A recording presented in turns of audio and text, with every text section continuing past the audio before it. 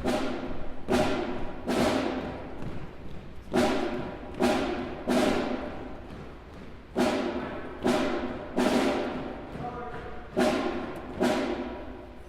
evening and welcome to our first annual Veterans Day program here at North Lakes Academy. I'm so excited to have all of you here. My name is Jenny Dale. I'm the director of music here at NLA Upper School. And, I was recently asked, why should we have a Veterans Day program? And I was thinking about that and I thought, veterans are such a huge part of my life. They've been such a huge part of my childhood. I can't imagine Veterans Day coming without taking time to honor those men and women who have served, sacrificed, and have given so much so that we can have our liberties, our freedoms. And I just was thinking, yeah, we just have to. That's why we do it. I'm so excited to have this opportunity with our students here at NLA. They've had an amazing time preparing for this. There's a couple of people that I want to really make sure that I thank. First, I want to thank the band and choir parents and guardians. They helped supply some refreshments that we're going to have after the program. They helped supply those. They're helping with setup. My students from the other groups are helping with some of that setup as well. And a super big thank you to Rob Anderson, NLA parent. He has graciously spent time practicing to accompany the choir, and I'm very excited to have him with us. And finally, I want to really thank my colleague, Mr. Stewart. He has been instrumental in helping get this program organized, and I kind of feel like I was the idea person and he's the detail guy. So, which is great. I love it. So anyway, I'm going to pass it over to him now, but I'm so happy that you guys are here this evening.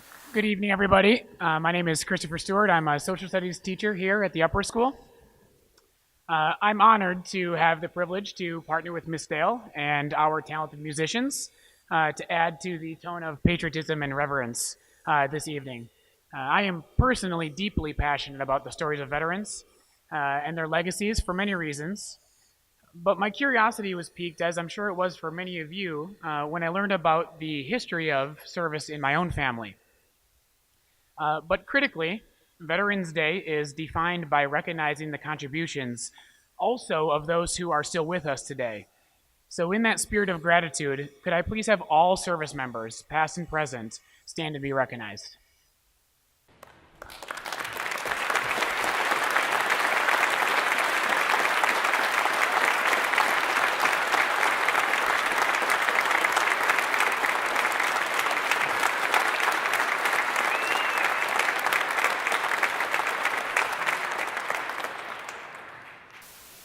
I also would like to take a brief moment to offer my deepest sense of thanks to the American Legion Post and the VFW Post here in Forest Lake.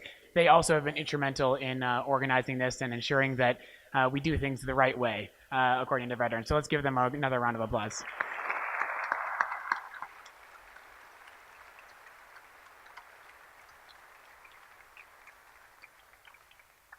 And now I'll ask that you all stand and face our nation's flag for the playing of our national anthem.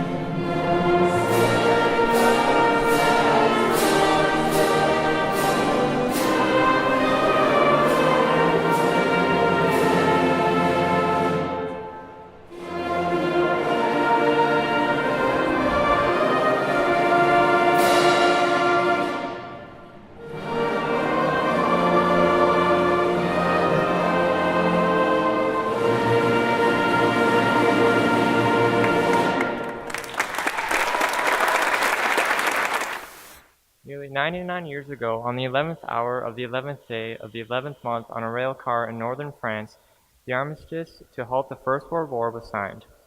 This day, November 11th, 1918, would serve as a symbolic inspiration for Veterans Day when it was officially recognized as a federal holiday in 1938, and renamed from Armistice Day in 1954 by President Eisenhower. But this agreement, nor the day we recognize this evening, could bring an end to all wars.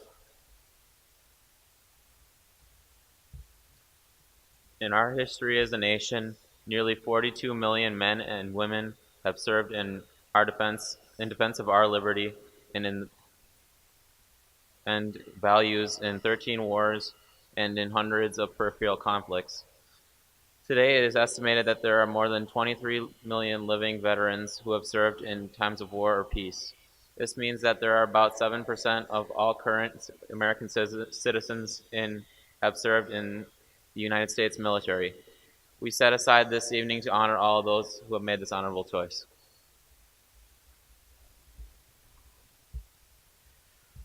While Veterans Day takes time to remember these brave Americans of all creeds for their sacrifice for our collective good, it comes with a distinct responsibility for us as citizens.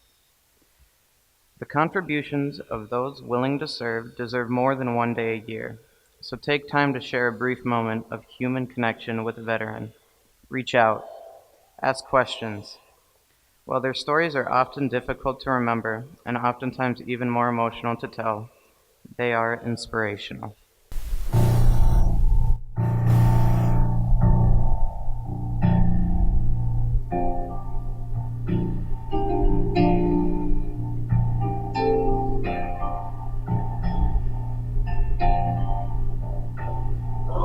Beautiful for spacious skies, for amber waves of grain, for purple mountain majesties above the fruited plain. America, America, God shed His grace on thee, and crown thy good with brotherhood, from sea to shining sea.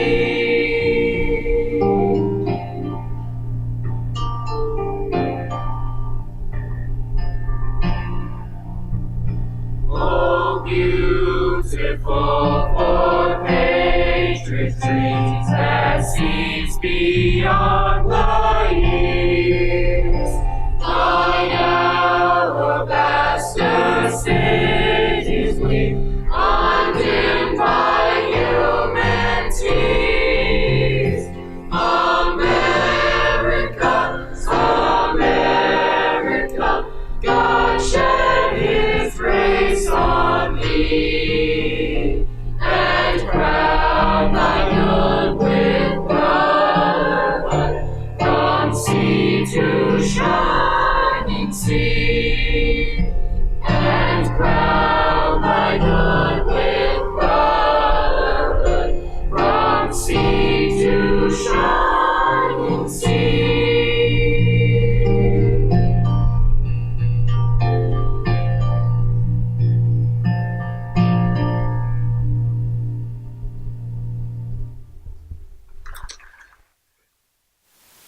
In December of 2016, I was honored by the National History Day program to mentor a North Lakes Academy senior student, Evan Dufresne, in a year-long journey as part of the Normandy Sacrifice for Freedom Albert H. Small Student and Teacher Institute.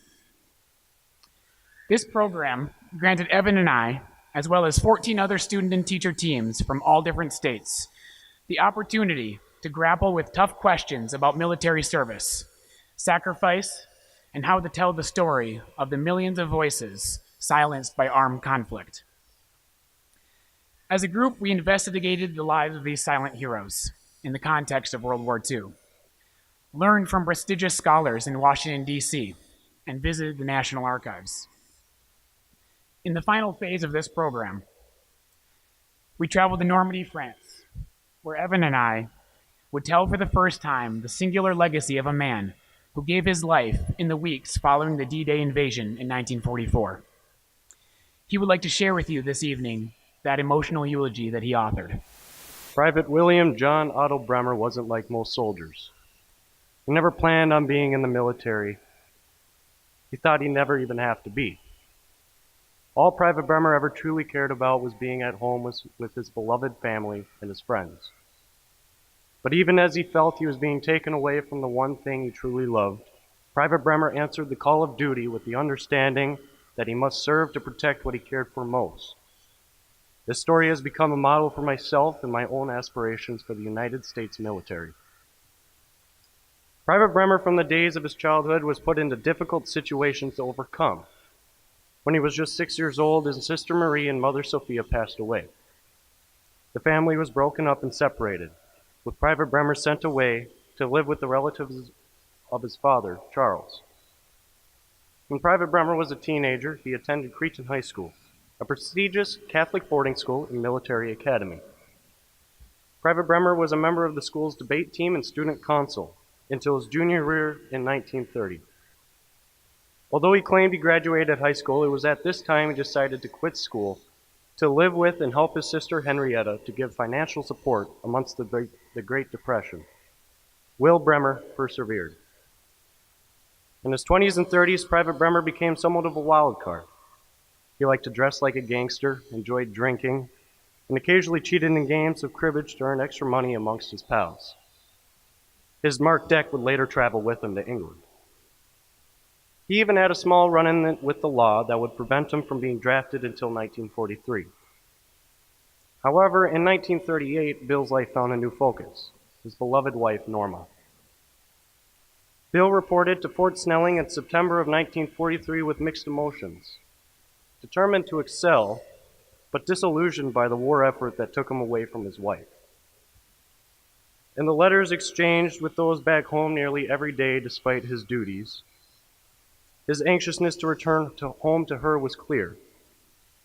Later he would say, "You'll never be able to realize how welcome those letters were. I see now what is meant by the expression, as welcome as a letter from home."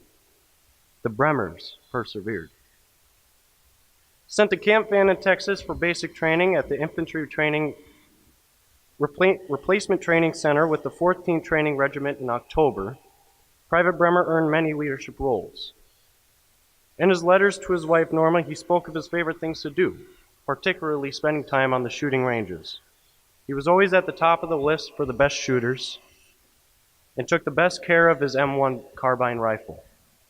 So much so, he was even asked to loan it out to many of the officers in his regiment, and was given the job of training newcomers of a wide range of rank how to shoot. He was given the title of squad leader and acting corporal. But Private Bremer questioned the righteousness of the war's sacrifices and missed home terribly. Private Bremer persevered. In the second week of March 1944, Bill's spirits were lifted. He returned home for 8 days before embarking for the East Coast, Fort George G. Meade in Maryland, his final training before going overseas. After writing home for months about how much he wanted to see Norma, it was the break he needed to continue doing his duty effectively.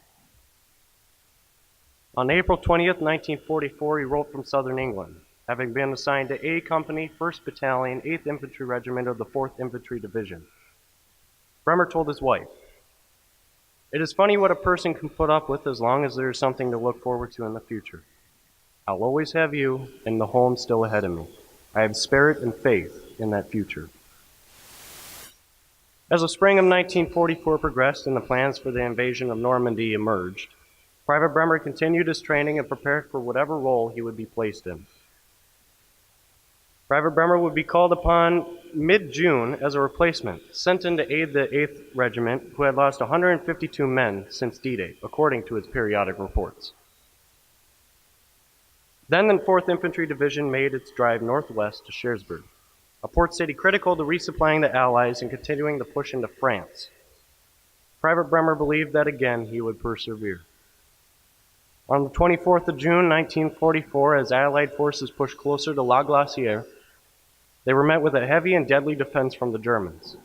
Using trenches, the Germans were able to hold a strong front against the Allies, preventing the 8th Regiment's advance. Colonel James S. Rodwell, commander of the 8th Infantry, explained in his after-action report the following. The average 8th Infantry foot slogger, when he peered out of his foxhole, his disgust was profound. His body revolted at the thought of the increasing pace and the campaign and tenacity of the enemy. His mind was sick at the sight and smell of blood and death mingled with the damp earth about him. Yet his fighting spirit and sense of duty drove him on.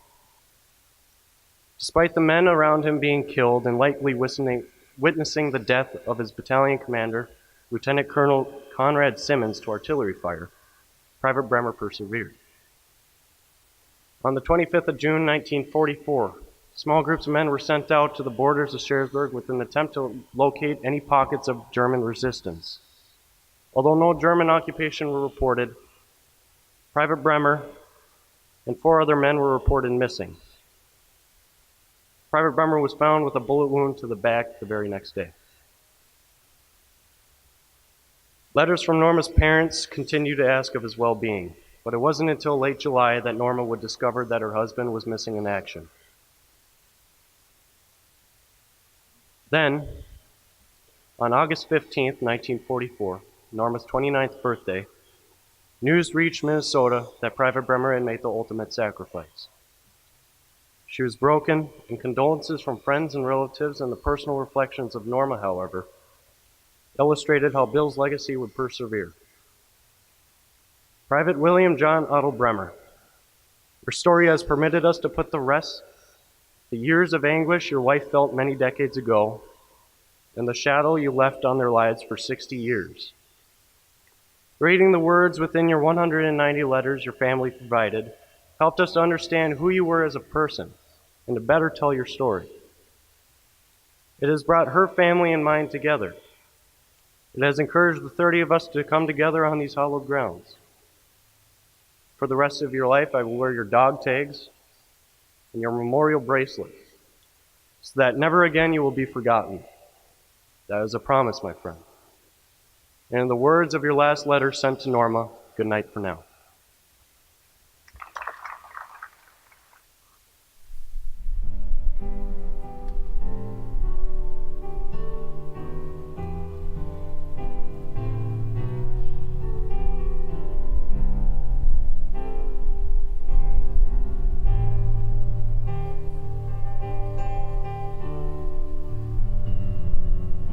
My country, 'tis of thee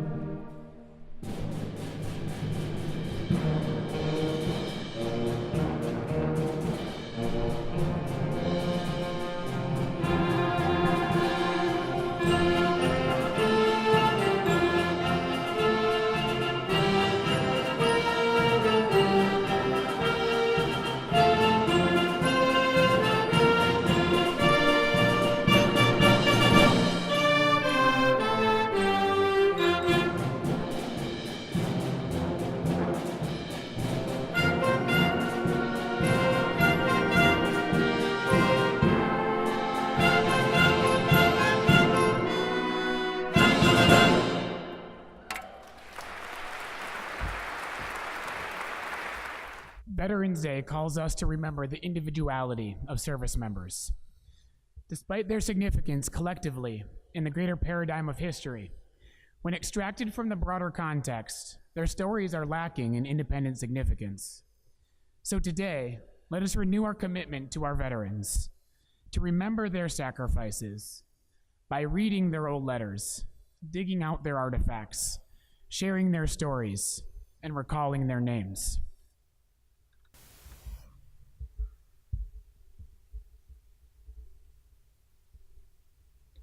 A name in a display case.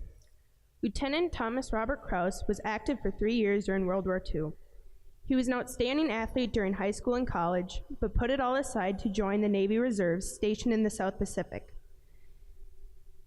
His picture is still on display at the University of Jamestown in North Dakota.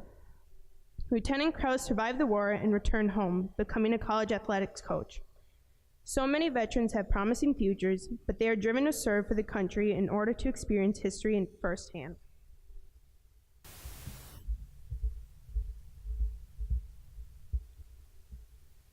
A name on a family photograph. Private Malo S. Paulson served in the Korean War for its entire duration as an electrical engineer in the 65th Engineers Battalion. Not only did he experience the atrocities that war could manifest, he worked tirelessly to restore electricity to those in need and aid our troops in pushing the tide in battle. It is photographs like these that help us to capture brief moments in the experience of veterans. Over time, their details fade, but sharing their stories offers an untapped array of knowledge that truly needs to be shared.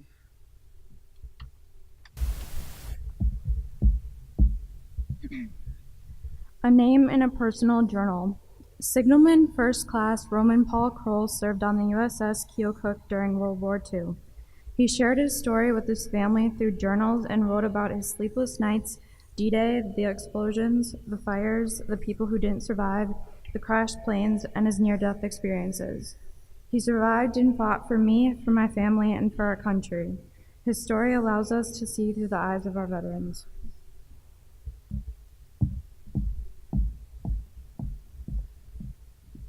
A name in a family story. Gunner's mate, 3rd Class Chuck Anzoli, served aboard the USS Land and Ship Tank 900, beginning in July of 1942 until the end of the war, earning 1 battle star. The LST-900 saved multiple wounded soldiers, rescuing them from the brutality of war. He survived the war and lived until 1997.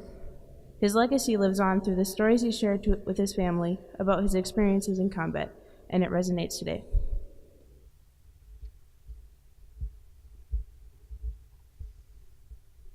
A name on a Navy muster roll.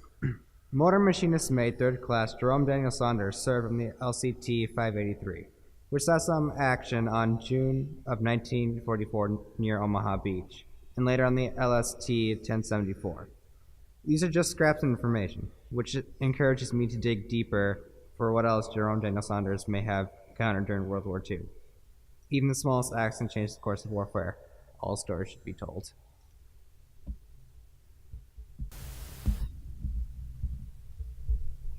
A name on a Navy Certificate of Presence. Lieutenant Wallace F. Gustafson, who witnessed the Japanese surrender aboard the USS Missouri in 1945 with the 33rd Division of the Navy, personally shaking the hand of General Douglas MacArthur. It symbolizes my veteran's experience, which he recounted to me with fascinating detail.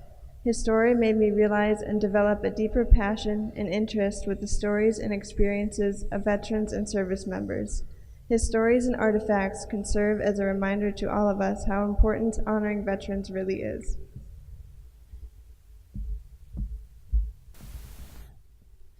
A name on an honorable discharge. Seaman First Class Thomas Doran Downey served as an ambulance driver on the Russell Islands in the South Pacific. He was stationed there from November of 1943 to the end of World War II. During this time, he transported soldiers to one of the 4 hospitals located on the islands. After a soldier is honorably discharged, they re-enter society as fathers, grandfathers, and great-grandfathers, serving their families, communities, and often their fellow veterans.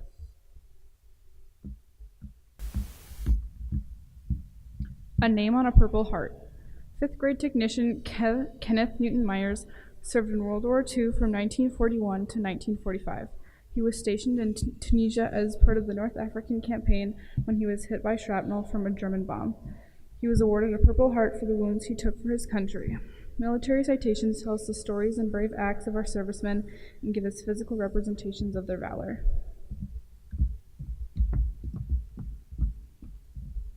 A name on a city memorial. Technician 4th grade Anthony James Heisler joined the United States Army at the age of 25. Serving in the 743rd Tank Battalion, marked as missing in action, Heisler was presumed dead on July 26, 1944, but his remains were never found. For this reason, his name is listed on the tablets of the missing at the Normandy American Cemetery in France. Also on the Veterans Monument, Lakeside Memorial Park here in Forest Lake, memorials like this permit us, both family and community members, to continue to recognize the fallen.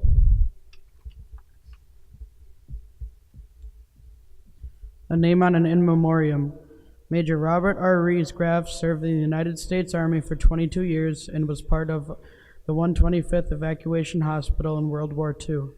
Riesgraf passed away in May of 2016, but this message from his daughter appeared as part of the 2007 dedication of the Minnesota World War II Memorial at the state capitol. Documenting these specific stories helps us to remember that the experience of veterans of all wars are singular, yet equally important.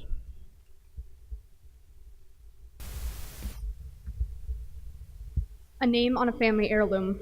Petty Officer, First Class Malin Vane Remick served on the LST 469 off the east coast of Australia in 1942 and lost his life when his ship was torpedoed in 1943. In spite of his death, he influenced his younger brother, Jerome, to join the Navy, and his legacy lives on through his treasured hunting rifle. To all veterans that lost their lives in combat, their inherited artifacts are valued and used to tell their stories of bravery.